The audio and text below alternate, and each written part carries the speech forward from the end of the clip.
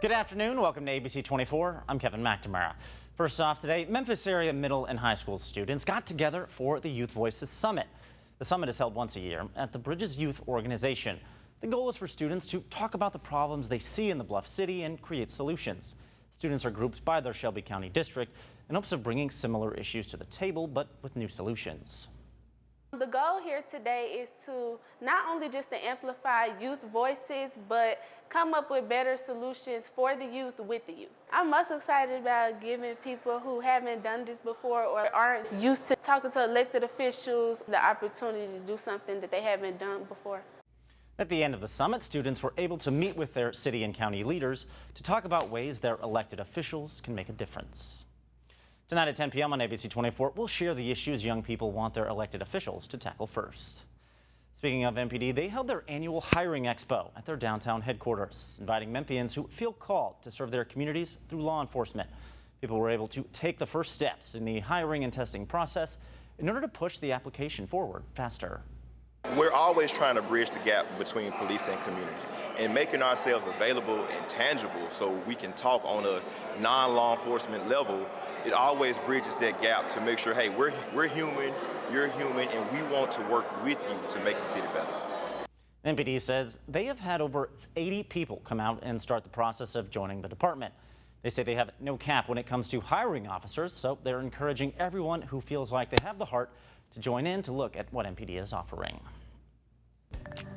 And MPD issuing an alert for an endangered missing man today. Marcus Jackson ran away from his care home and has a mental health condition. You see him on your screen now.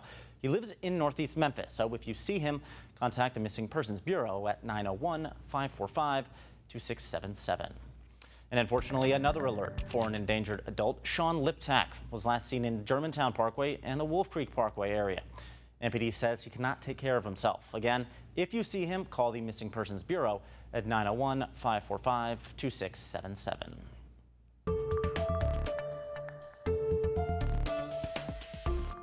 Well, in case you missed it, we now know the names of 109 people who may be deposed as part of the federal civil lawsuit over the death of Tyre Nichols. That list features prominent names, including Interim Police Chief C.J. Davis, the immediate family of Tyre Nichols, the 5 former MPD officers accused in his murder, and all the first responders who were at that scene, as well as practically everyone involved in the investigation into Tyre's death. That trial isn't slated to begin until January of next year. And also, the teen charged with the murder of a popular Memphis watermelon salesman is now free after posting a $100,000 bond. 16-year-old Demarion Tackett is now out of jail, but he will be tried for murder as an adult. The Shelby County District Attorney's Office confirmed back in February. He faces several charges, including first-degree murder. Memphis police say he shot and killed beloved Memphis street vendor John Materna, known as the Watermelon Man, in 2023. The 76-year-old had been selling the fruit out of his truck for 30 years. And companies like Walmart, Kroger, and Amazon took advantage of the supply shortage during the pandemic to raise prices. This according to the Federal Trade Commission. And they say consumers are still facing the negative impacts of the pandemic's price hikes. This because some stores kept on raising their prices to increase profits. While customers and small businesses struggle, the FTC says large grocery retailers benefit from this during the pandemic. Tomorrow is a day many of us will never forget, the one-year anniversary of the deadly Mid-South tornadoes. ABC24 will continue coverage of those Mid-South tornadoes 1 year later. After the storm is now available on 24+, our free streaming app for Roku, Fire TV, and Apple TV. For more on where you can download 24+, visit abc24.com/watch.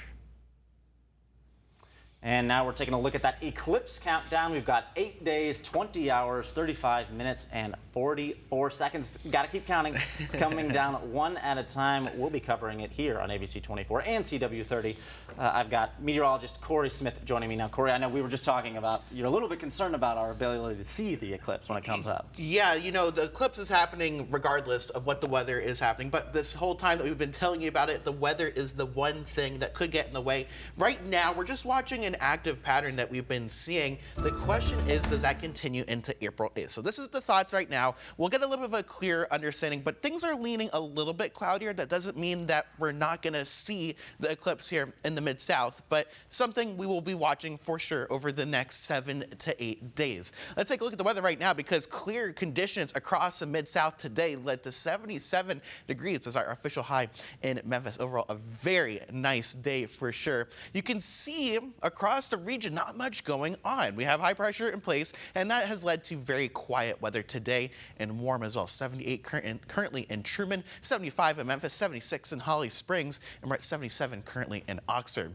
If you're heading out tonight, temperatures on the mild side will be sitting with mostly clear skies for the most part. Temperatures down to 65 by 1 a.m.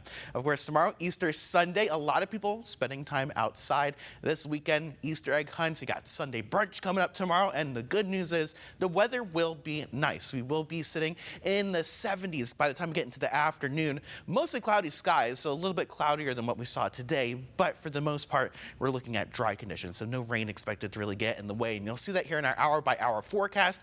As we head tonight, very mild temperatures close to 60 to start off your Sunday morning, and then we're mostly cloudy as you go throughout the day, with temperatures getting into the middle to upper 70s as you get into the afternoon hours, but no rain is expected across the Mid-South. So it might look a little bit gloomy, but we're not expecting to get wet, so any Easter plans should go off without a hitch. As you go into your Monday morning, we're still mild, and this is ahead of another pretty warm day. But let's take a look at tomorrow afternoon. If you're heading downtown, the Redbirds are playing in the afternoon. You can see temperatures not too bad. We're sitting at 77 by 2 p.m., 78 around 4 o'clock with mostly cloudy skies. We'll see our temperatures still in the middle 70s as you go towards 6 p.m.